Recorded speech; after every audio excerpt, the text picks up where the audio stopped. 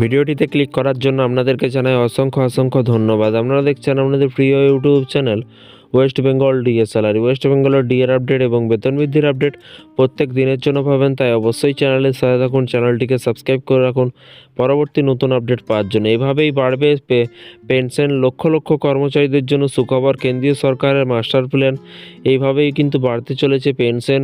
লক্ষ কেন্দ্রীয় সরকারি কর্মচারীরা উপকৃত হতে চলেছে। কোন কি কবে থেকে সমস্ত কিছু চলুন দেখে নেওয়া যাক। দেশের মধ্যে ন্যূনতম পেনশনের পরিমাণ পরিবর্তন আসার সম্ভাবনা রয়েছে। এর জন্য সরকারি বাজেট ঘোষণা করা হতে পারে। এবং এখানে বলা যায় প্রাইভেট সেক্টরে ইপিএফের সদস্যরা অর্থমন্ত্রী নির্মলা সীতারামনের সঙ্গে সাক্ষাৎ করে ডিএ বৃদ্ধির বিষয়ে কিন্তু আলোচনা করেছেন। তাছাড়া ন্যূনতম পেনশন মাসে কিন্তু 1,000 থেকে 7,500 টাকা বাড়ানোর দাবি জানানো হয়েছে। এই বিষয়ে আলোচনা করা হবে বলে কিন্তু অর্থমন্ত্রী নির্মলা সীতারামন প্রতিশ্রুতি দিয়েছেন। এখন পর্যন্ত জাতীয় পেনশন স্কিমের জন্য কিন্তু নতুন নির্দেশিকা প্রকাশ করেছে কেন্দ্রীয় সরকার। কর্মচারী ও পেনশনের মন্ত্রণালয়ে কিন্তু অধীনে পেনশন ও পেনশনভোগীদের কল্যাণ বিভাগে এই সংক্রান্ত নির্দেশিকা জারি করা হয়েছে। বর্তমানে পেনশন স্কিম অনুযায়ী কিন্তু কর্মচারীরা তাদের বেসিক বেতন 10% পেনশনে কিন্তু 10% পেনশন দান করবেন এবং সরকার 14% অবদান রাখবে। অবশেষে ওই বিনিয়োগ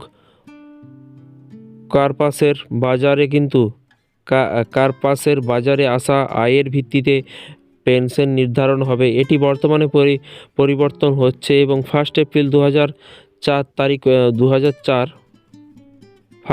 2004 তারিখের পর থেকে কিন্তু সরকারি কর্মচারীদের জন্য এনপিএসের প্রয়োজন হবে। এবং প্রকাশিত এনপিএস পেনশন নির্দেশিকা কি? এনপিএসের জন্য মাসিক বেতন অবদান 10% হবে, তবে চাকরির সময় থেকে স্থগিত থাকা অবস্থায় কর্মচারীরা তাদের অবদান অব্যাহত রাখতে চান কিনা তা নিশ্চিত করতে পারবেন। ইপিএফের স্কিম অনুযায়ী কিন্তু সরকারি কর্মচারীরা অবসর নেওয়ার আগে কিন্তু 12 মাসের গড় বেসিক বেতনের 50% পেনশন পাবেন। এই পূর্বে কিন্তু পেনশন পাওয়ার জন্য কর্মচারীদের কমপক্ষে 25 বছর কাজ করতে হবে। যেসব কর্মচারী কাজে আসেননি অথবা ছুটিতে আছেন তারা কিন্তু ওই সময়ের জন্য পেনশনের অবদান রাখতে বাধ্য নয়। এবং অন্য দপ্তর বা সংস্থার ডেপুটেশনে থাকা কর্মচারীরাও ন্যূনতম পেনশন স্কিমের আওতায় অবদান রাখতে হবে এবং চাকরিতে থাকাকালীন কেউ এনপিএস আবার অবদান রাখতে বাধ্য থাকবেন। উদাহরণে যদি একজন কর্মচারী বেসিক বেতন 50,000 হয় তাহলে তাকে কিন্তু 25,000 পেনশন হিসেবে দেওয়া হবে, তবে এর সাথে অতিরিক্ত বাড়তি ভাতা যুক্ত হবে। বর্তমানে 50% বাড়তি ভাতা হলো কিন্তু বেসিক বেতনের অর্ধেক, অর্থাৎ 25,000। সুতরাং মোট 50,000 পেনশন হিসেবে কিন্তু সরকারি কর্মচারীরা পাবে।